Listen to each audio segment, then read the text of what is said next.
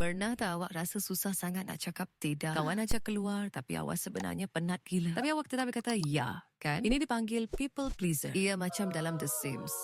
Bila awak terlalu sibuk penuhkan bar perhubungan orang lain sampai lupa diri sendiri. Bar perhubungan dengan kawan-kawan semua hijau berkilat. Tapi bar keperluan awak sendiri macam tenaga, keseronokan dan sosial, semuanya jadi merah menyala. Ini akan bagi awak moodlet negatif seperti tertekan atau sangat sedih. Fikiran awak sentiasa penuh dengan permintaan orang lain, bukan kehendak awak. Jadi macam mana nak berhenti?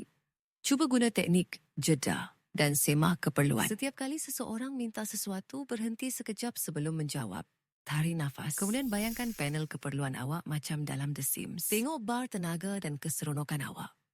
Adakah ia hijau dan penuh?